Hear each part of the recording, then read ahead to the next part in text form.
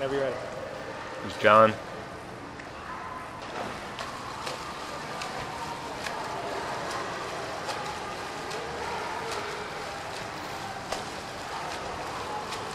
So above water, this looks pretty good.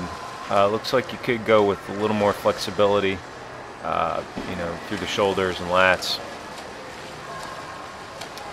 just to get a bit more reach out of each stroke. But you know, speed-wise and body position-wise, this looks pretty good. Your head might be slightly high, but it's not having an effect on your lower body, so that's more an issue of comfort than streamline.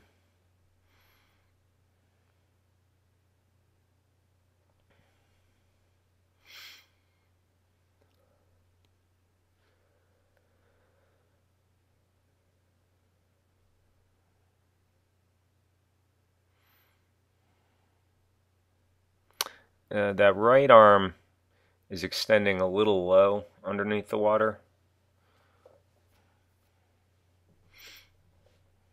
And then I'm going to try and give you an idea about what's going on with the stroke here. So the right arm is, the elbow's leading back just slightly. So if you can get more of a high elbow catch out of that stroke, it's gonna be helpful.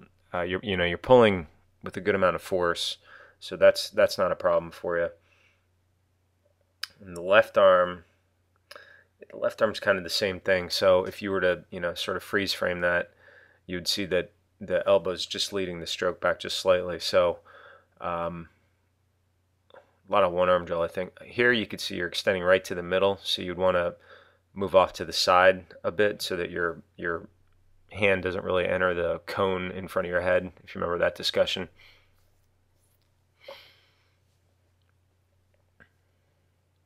So pretty good extension.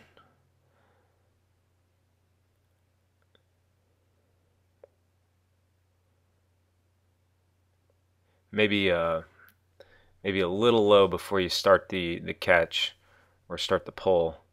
And then right there is pretty good. Not really a high elbow, but getting towards it. Then notice here that the elbow has led the stroke back just slightly. So you're pretty close, but just losing a bit as you go along. And if you can initiate that high elbow catch earlier, you're going to need flexibility to do that, but that'll help.